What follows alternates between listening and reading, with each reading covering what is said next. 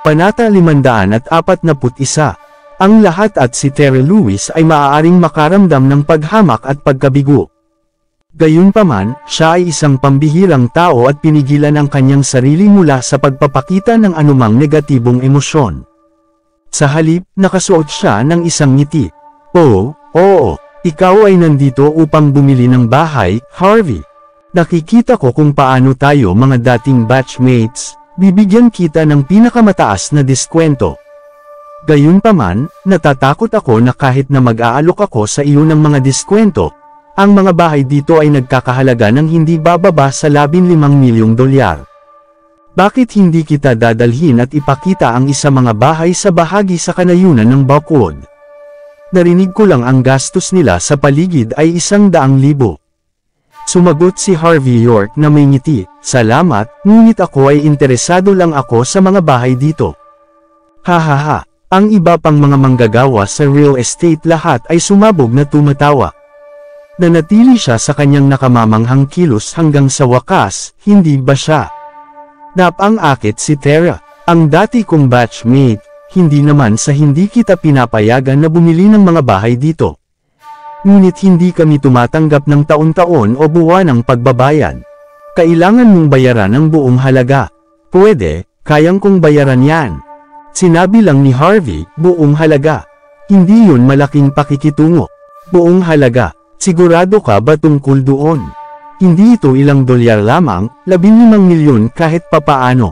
Si Tara ay nagtaka sa mga sinabi ni Harvey. Ang taong ito ay talagang makakagawa ng anumang bagay upang magpanggap at e-save ang kanyang sariling mukha, ha? Hindi man siya natatakot na sabihin ang isang bagay na ganyan. Galit na galit si Tara. Iniligtas na niya ang kanyang mukha sa pamamagitan ng hindi pag-insulto sa kanya. Ngunit ang taong ito ay malinaw na hindi pinahahalagahan ito. Siya ay handa pa rin upang makita kung paano siya bibili ng bahay. Masasaksihan niya si Harvey na gumagawa ng katangahan sa kanyang sarili ngayon. Pinlano niyang sabihin sa lahat ang nangyari kay Harvey ngayon sa chat ng grupo ng mga kasama sa kolehiyo ngayong gabi. Gayunpaman, ang susunod na pangungusap na lumabas mula sa bibig ni Harvey ay nagulat pa sa lahat. Tinanong niya, ang gusto ko ay yung pinakamahal na bahay na mayroon ka rito ay ang isa sa tuktok na palapag. Ang buong sentro ay nahulog sa katahimikan. Ano ang sinabi mo? Ang pinakamahal na estate? Sigurado ka ba? Seryoso ang tanong ni Tara. Si Cynthia Zimmer, sa kabilang banda, ay mayroon na walang tiyaga. Auntie, bingi ka ba? Ang aking kapatid Lo ay sinabi na nais niya ang eksaktong bahay na ito. Pagkatapos lamang ay bumalik si Tara sa kanyang katinuan. Ang tuktok na palapag, makikita namin kung paano ka magbabayad sa pinakamahal na pag-aari dito. Okay, sundan mo ako. Itinuro mismo ni Tara ang modelo ng tuktok na palapag. Ang set na ito ay ibebenta kasama ang pribadong hardin sa tuktok na palapag. Mayroon ding isang pribadong elevator na kumukonekta mismo sa underground na garahe. Iyon ay bakit ang presyo ay $30 milyong. Paano iyon? Nasisiyahan ka ba sa bahay? Ipinagmamalaki ni Tara ang sarili, iniisip na si Harvey ay hindi magagawa ang anumang ngayon. Ang iba pang mga ahente sa pagbebenta ay sumilip kay Harvey na may panlalait. Kabilang sa lahat ng mga bahay dito, partikular na pinili mo ang pinakamahal. Marami kang tumitingin sa bahay, ngunit sa huli wala sa kanila ang makakabili nito. Nagtanong si Harvey sa pagtataka, wala nang ibang gumamit ng pribadong elevator. Oo, hindi lamang iyon, ihahanda namin ang karamihan ng komprehensibong sistema ng seguridad para sa may-ari, at ginagarantiyahan ang kaligtasan at privacy ng bahay. Nasiyahan si Harvey, magaling ang tunog. Gusto niya ang pagiging mababang profile. Ang pagkakaroon ng privado ang ibig sabihin ng elevator ay hindi na kailangang bumaba ang kahit sino dito. Iyon ay isang magandang pagpipilian. Sa palagay ko gusto din ito ng aking kapatid. Si Cynthia ay nagkaroon ng isang pag-asang ekspresyon. Isang hardin na may walang hanggang pool. Sobrang nagustuhan niya. Sa pagtingin kay Cynthia, naramdaman ni Tara na walang pagsasalita. ang dalawang ito ay maaaring kumilos ng maayos. Kabanata 542. Ano ang sasabihin tungkol sa isang bahay na karapat-dapat sa 30 milyong dolyar? Siyempre magiging perpekto ito. Ang problema, kaya niya ito. Tumingin si Terry Lewis kay Harvey York na may isang mukhang nakangisi. Siya ay nagpasya na talagang gagawa siya ng isang tanga sa kanya ngayong gabi. Maghihintay siya at makita kung anong uri ng dahilan ang gagamitin niya upang ibalik ang kanyang deklarasyon upang bilhin ang bahay. Ang dati kong batchmate, nakikita ko kung paano namin kilala ang bawat isa ay nag-iba na sa napakaraming taon, maaari kitang dalhin at tingnan ang bahay ng personal. Paano naman yan? Sabi ni Terry na nakangiti. Kung nalulugod ka dito, magagawa mong lumipat ka agad. Sa kanyang mga mata, isang magsasaka tulad ni Harvey na isa ring live-in na manugang na lalaki ng ilang walang pangalan na pamilya ay hindi magiging may magagawa pa maliban sa pagpapakawala sa kanyang pagpapanggap. Matapos basahin ang paglalarawan at pagtingin sa mga larawan na ipinapakita sa brochure, umiling si Harvey ang kanyang ulo. Hindi na kailangan iyon. Bakit? Natatakot ka bang pumunta? O dahil ba sa iyo masyadong mahirap upang bilhin ito? Ang ahente ng real estate na nagsilbi kina Harvey at Cynthia bago sumigaw. Basta maging matapat kung wala kang pera. Tumigil sa iyong pagkilos na ginagawa mo. Hindi siya pinatawad ni Harvey ng pangalawang sulyap at inilipat ang kanyang itim na card sa mga kamay ni Tara. Gusto ko ang bahay na ito, magbayad ako gamit ang aking card. Ang kanyang mga salita ay tunog na kalmado at casual, ngunit lahat ng nakarinig sa kanya ay natulala. Ano, magbayad gamit ang isang card? Ilang sandali pa para sa mga nakapalibot na real estate ang mga manggagawa upang mawala sa kanilang pagkabigla. Upang makita ang isang taong bumili ng bahay sa ganoong paraan siguradong una para sa kanila. Nagbabayad ka agad ng hindi man lang tinitingnan ang bahay. Harvey, sigurado ka ba? Nahulog si Terry sa sobrang pagkabigla sa sandaling siya ay nakilala ang card sa kanyang mga kamay. Ito ang maalamat na itim na card. Ang mga may hawak ng mga ganitong uri ng mga card ay may halaga ng net worth na hindi bababa sa 1.5 bilyong dolyar. Ang card na ito ay totoo. Maaari mo itong gawing mabilis. Hinimok siya ni Harvey. Kailangan namin magmadali sa ibang lugar. In-scan ni Terry ang card, bahagyang nag-aalangan. Isang beep ang tumunog, na nagpapahiwatig na ang pagbabayad ng 30 milyong dolyar ay matagumpay. Ang mga manggagawa sa real estate ay nakabuka ang kanilang mga bibig, nakabukas ng malaki na ang isang itlog ng pato ay maaaring magkasya sa loob. Hindi pa nila nakita ang isang taong maaaring tumingin tulad ng mga mamahaling bahay na walang pangangalaga sa mundo, kahit na magbabayad ng 30 milyong dolyar sa isang shot ng casual. Ang bawat tao ay nagsuot ng mga mukha ng kumpletong kawalan ng paniniwala. Kahit na ang isang taong may kakayahan na tulad ni Tara, na may sweldo na mataas bilang 150,000 dolyar bawat taon, ay kailangang magtrabaho ng hindi bababa sa 20 o 30 taon upang magkaroon ng maraming pera. Ngunit si Harvey, na mukhang nagmamakaawa tulad ng dati, ay maaaring casual na magbayad ng 30 milyong dolyar nang hindi kumisap ang isang mata. Ano ang status niya? Hindi ba lahat sila ay nagsabi na siya ay isang live-in law? Anong uri ng live-in law ang maaaring gumastos ng 30 milyong dolyar na ganyan? Sa sandaling iyon, si Harvey ay kuminang ng maliwanag tulad ng isang brilyante sa mga mata ni Tara at ang mga nalalabi sa mga manggagawa sa estate. Nagsisisi si Tara sa paraan ng pagsasalita niya kanina. Siya ay hindi dapat nakipag-usap ng ganyan. Gayunpaman, mabilis niyang nabawi ang kanyang kumpiyansa. Ito ay hindi tulad ng kung siya ay hindi magkakaroon ng anumang pagkakataon pagkatapos nito. Siya ay isang tao, pagkatapos ng lahat, ngumiti siya ng malademonyo sa kanyang sarili. Di nagtagal, na-type ang kasunduan sa pagbebenta at pagbili at naayos na ito. Bago pa niya ito nilagdaan, nag-isip si Harvey para sa isang mahabang at pagkatapos ay lumingon upang tumingin kay Cynthia Zimmer. Orihinal na plano ko, nais kong bumili ng isang mansyon para sa iyong kapatid na babae. Ngunit ngayon, nagpasya akong bumili ng isa sa Silver Nimbus Mountain sa halip. Pupunta kami at suriin ito kapag libre kami. Ang bahay na ito ay magiging iyo. Si Cynthia, na nakatayo sa tabi, ay natulala. Nilagdaan niya ang kontrata sa isang nalilito na labi, na ginawa siyang legal na may-ari ng bahay. Si Tara at ang iba pa ay napanood ito, lahat ay nasa gilid ng pagbagsak.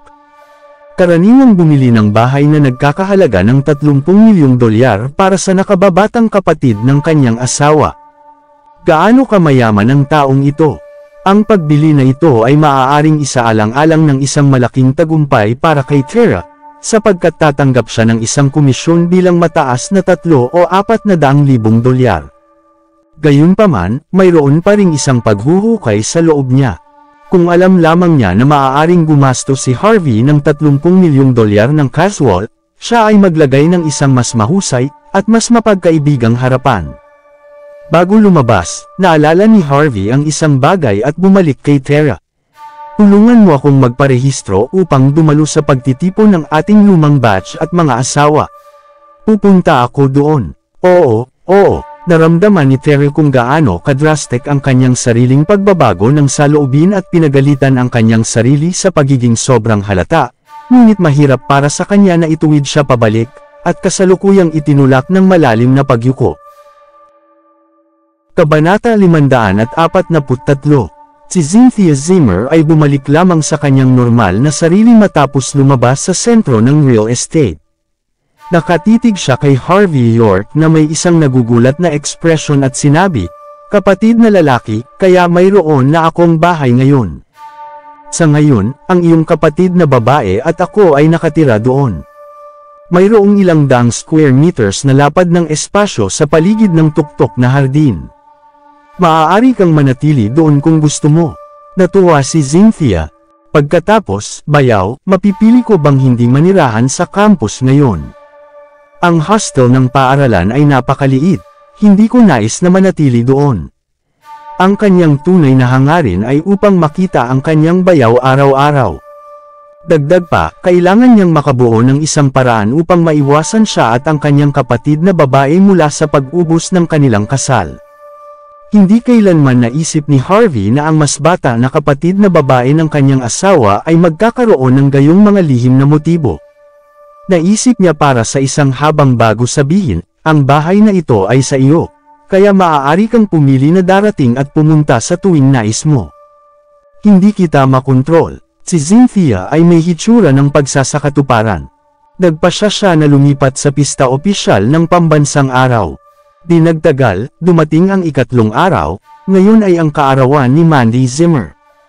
Maging sina Simon Zimmer at Lillian Yates ay isinantabi ang kanilang trabaho upang maghanda para sa kaarawan ni Mandy. Sa nagdaang 2 araw, lihim silang kumikilos habang isinasagawa nila ang lahat ng uri ng paghahanda. Maaga sa umaga, bago masabi ni Harvey kay Mandy ang tungkol sa kanyang mga plano para sa kanyang kaarawan, si Lillian ay nagsimulang makipag-usap. "Mandy, may gumawa ng ilang pag-aayos para sa iyong kaarawan ngayon. Mamaya, makakakuha ka ng isang malaking sorpresa." Ngumiti si Simon at idinagdag, "Tama, oo. Ang lugar ay ang Grand Hotel W." Nakikita niya kung gaano kamisteryoso ang parehong mga magulang niya na kumikilos, hindi mapigilan ni Mandy kundi matawa.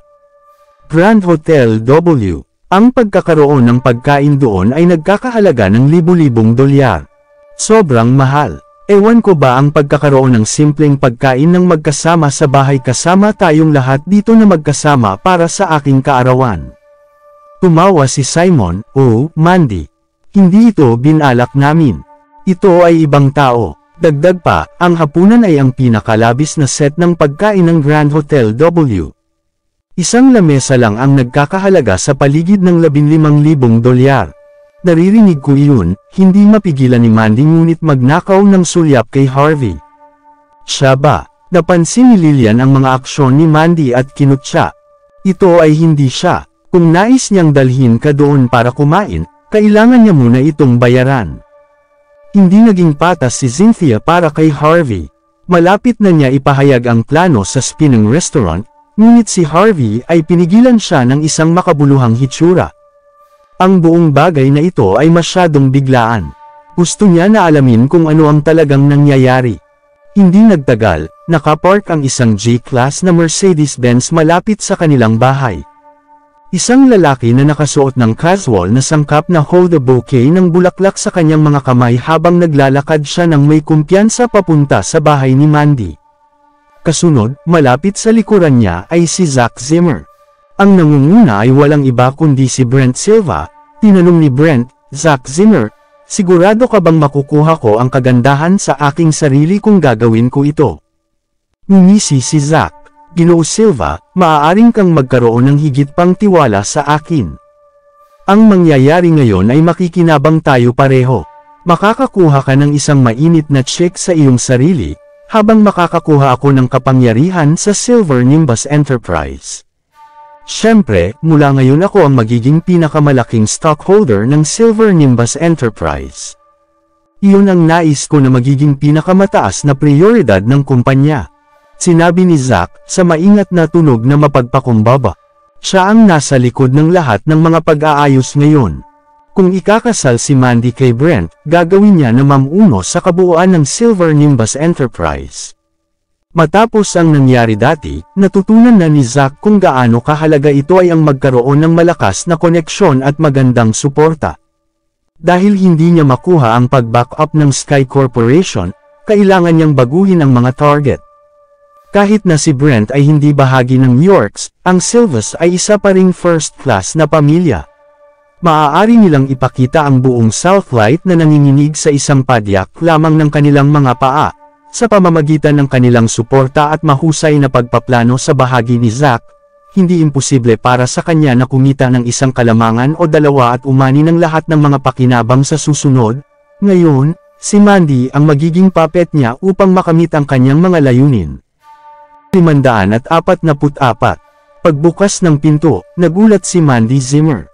Hindi kailanman sa kanyang mga ligaw na pangarap na naisip niya na si Brent Silva ay talagang nasa pintuan ng kanilang bahay, isang palumpo ng bulaklak sa kanyang mga kamay. Sa kabilang banda, sina Simon Zimmer at Lillian Yates ay nakatingin kay Brent na parang siya na ang kanilang son-in-law, paulit-ulit na tumango ang kanilang mga ulo sa pag-aproba. "Kumusta, tiyuhin at auntie? Pasensya na nung huli tayong nagkita na ako ay naging bastos, ngunit iyon ay isang hindi pagkakaunawaan. Sana ikaw ay pagbigyan upang hayaan itong mag-slide. Ang dahilan kung bakit narito ako ngayon ay upang bigyan ka ng isang formal na paghingi ng tawad, at upang ipagdiwang ang kaarawan ni Mandy." Ngumiti si Brent, mukhang banayad at gwapo. Kung ang mga taong nakakakilala sa kanya na nasa paligid hindi nila ito makikilala, ano ang ginagawa niya at siya ay kumikilos ng ganito? Oo, si Mr. Silva ay dumating dito na may sukdulang katapatan. "Uncle Simon, Tia Lillian, dapat kang magpasalamat," tumulong si Zack Zimmer mula sa likuran, mabilis na pinuri siya ni Brent. Sa katayuan ng Zimmers, hindi ba tayo dapat magkakonekta sa isang pamilya bilang mga marangal katulad ng Silvas? Sinenyas ni Brent ang kanyang kamay. Dalawa sa kanyang mga minions ang nagdala ng ilang mga regalo sa bahay. Ang mga para kay Simon ay mga mamahaling alak habang nakakuha si Lillian ng mga marangyang bag bilang kanyang mga regalo. Hindi ito magiging sorpresa kung ang lahat ng mga regalo na ito ay nagkakahalaga ng hindi bababa sa libu-libong dolyar. Hindi mapigilan nina Simon at Lillian ngunit ngumiti ng malawak. Nagkaroon sila ng kaunting hindi pagkakaunawaan kay Brent dati. Ngunit sa lahat ng mga regalo na ito sa harap nila, nawala na ang mga nangyari na iyon. Sa paghahambing, kung ano ang gamit sa kanilang sariling live-in son. In-law sa kanila, hindi niya maaaring dalhin sila sa iisang benepisyo. "Mandy, ang regalo na handa para sa iyo upang humingi ng tawad." Si Brent, bilang kaaya-aya tulad ng dati, ay inabot ang kamay ni Mandy upang halikan ito, nang hindi napagtanto ang kanyang sarili. Hindi sinasadya na si Mandy ay humakbang pabalik. Kinuha ni Harvey ang kanyang kamay upang harangan si Brent, na naging sanhi na si Brent ay mahalikan mismo sa ibabaw nito. Ganoon din si Harvey na iinis na halos sa mukha siya. Gaano ka kasuklam-suklam? Si Harvey ay tiningnan si Brent ng masama. Si Brent naman ay nakatitig ng walang pagsasalita kay Harvey, hindi siya kumuha sa kanya ng anumang tugon. Mabilis siyang lumingon kay Mandy, na nakangiting sinabi, Miss Mandy, maligayang kaarawan. Meron akong inihanda ng higit pang mga regalo sa iyo, pati na rin ang ilang mga sorpresa. Tiniyak ko sa iyo, ngayong gabi ikaw ang magiging pinakamasayang babae magpakailanman. Medyo nakaramdam si Mandy, ngunit dumating si Brent dito sa paraan upang ipagdiwang ang kanyang kaarawan. Nagkaroon din ang katayuan ng pamilya Silva na dapat isaalang-alang. Ang mga Zimmers ay hindi maaaring masaktan ang mga ito. Kahit na siya ay may tuyong ngiti, tumango pa rin siya at sinabi, salamat, ngunit hindi mo kailangang dumaan sa lahat ng problemang ito para sa akin. Nang hindi pinakawalan si Mandy na tapusin ang kanyang pangungusap, si Brent ay lumingon kay Simon at Lillian na may malawak na ngiti. Tiyo, Tia, ngayong gabi, maging ang nakatatanda kong kapatid din dadalo sa kaarawan na inihanda ko kay Mandy. Sa palagay ko makilala mo kung sino siya. Siyempre, siya si Leon Silva. Ha? Ano? Nang marinig yun, lumaki si Simon sa lubos na kasiyahan. Dadating si Prince Silva. Magaling yang balita. Leon Silva. Prinsipe Silva. Ang Rumord ay nag-iisang tagapagmana ng Silvas, at ang bunso sa mga makapangyarihang elite sa Buckwood. Ang ilan ay sinabi pa rin na siya ay isang tao na ang antas ay ang pinakamalapit kay Prince York. Matapos mawala si Prince York 3 taon na ang nakalilipas, ang maalamat na 4 na York ay maaari lamang tumayo sa parehong antas bilang Prince Silva. Maaaring tunog ito ng kaunti, ngunit ang term si Prince Silva mismo ay nagdala ng isang tiyak na timbang na walang sinuman ang maaaring mag-alinlangan. At ngayon siya ay talagang handang dumalo sa hapunan ng kaarawan ni Mandy. Gaano kahusay ito para sa mga Zimmers? Si Simon ay orihinal na nagagalit sa kanyang sarili sa pagiging pagpatalsik ng mga Zimmers pagdating sa kapangyarihan at kontrol. Kung magagamit niya ng maayos ang pagkakataong ito, siya ay baka magka-crush pa sila sa oras na ito. Ang kanyang tingin kay Brent ay lalong nag-iinit at na may pag-asa, sinisikap ni Brent. Si Simon ay tunay na lakas at gutom siya sa kapangyarihan, maaari pa niyang ibenta ang kanyang anak na babae sa sandaling siya ay napagtanto na makakakuha siya mula rito. Kabanata 545. Mahirap ilarawan kung ano ang naramdaman ni Simon sa sandaling iyon. Ang kanyang bunsong anak na babae ay nabalitaan na siya tinitingnan ni Prince York. Lumabas ang balita siya at ang kanyang asawa ay walang tulog sa hindi mabilang na gabi. Kung si Prince Silva ay nakatingin sa kanilang panganay na anak na babae, pagkatapos ay maaari niyang sipain si Harvey York at mabuhay ng isang komportableng buhay. Sa dalawang kilalang prinsipe na tumitingin sa kanyang mga anak, siya at ang kanyang pamilya ay maaaring maging mayaman at labis na labis hanggat maaari. Sa pagtingin sa sitwasyon sa kamay, ito ay si Brent Silva na hinahabol ang kanilang panganay. Gayunpaman, posible ang anumang bagay. Kahit anong mangyari. Kahit na si Prince Silva ay walang interes kay Mandy, ang pagkakaroon ni Brent ay higit pa sa sapat. Sa pag-iisip nito, mabilis na nabawi ni Simon ang kanyang pag-iingat. Nagsimula siyang makipag-usap kay Brent upang maunawaan ang katayuan ni Brent sa pamilyang Silva. Pagkatapos ng lahat, ang taong ito ay ang kanyang malapit na maging manugang. Walang pinsala na sinusubukan na maunawaan ang background ni Brent ng higit pa, tama. Habang siya ay nakipag-chat ng maligaya kay Brent, si Harvey ay nanatiling mahigpit. Si Harvey ay kumuha ng eksena ng malamig, nakakaramdam ng isang bagay ay nawala. Ito ay masyadong maraming pagkakataon, ang taong ito, si Brent, ay biglang pumasok sa larawan ng kaarawan ng kanyang asawa, na parang sinusubukan niyang pumili ng isang buto kasama si Harvey. Ito ba ay isang pagkakataon lamang, o mayroong isang tao sa likod nito? Maaari ba itong maging si Queenie? O marahil, si Quinton York? Hindi maglakas loob si Harvey na kunin ang mga kakayahan ng dalawa. Kung ang Yorks ay nagawang manipulahin ang Silvas, pagkatapos iyon ay magiging isang kawili-wiling kwento. Ang pag-unlad ng negosyo ng Silvas ay halos advanced bilang York sa loob ng 3 taon na ito. Nagkaroon pa ng chismis tungkol sa kung paano ang Silvas ay maaaring maging pangalawang top class na pamilya sa Southlight. Ngunit paano kung mayroong ilang Yorks na sumusuporta ng lihim sa lihim mula sa likuran?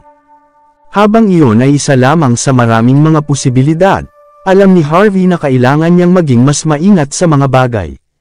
Nang hindi pinapayagan si Harvey o Zack na mamagitan, si Brent ay nagsimulang magbigay ng kanyang pagsasalita.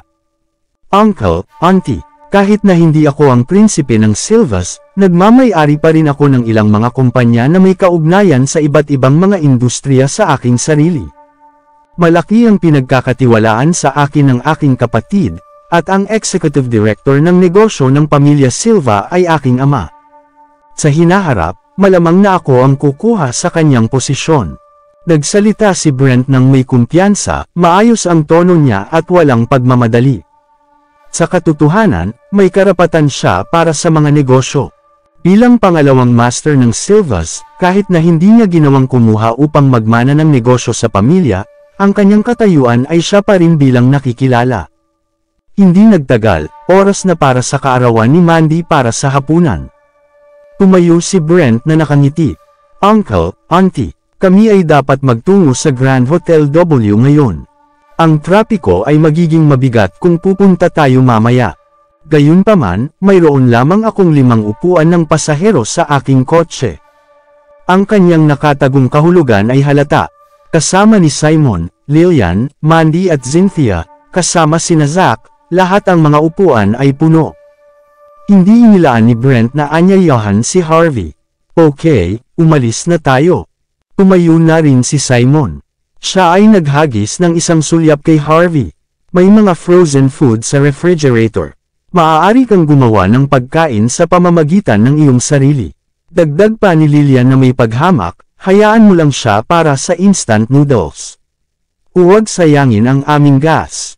Wala ring karapatang kumain si Harvey ng mga dumpling sa kanilang pamilya.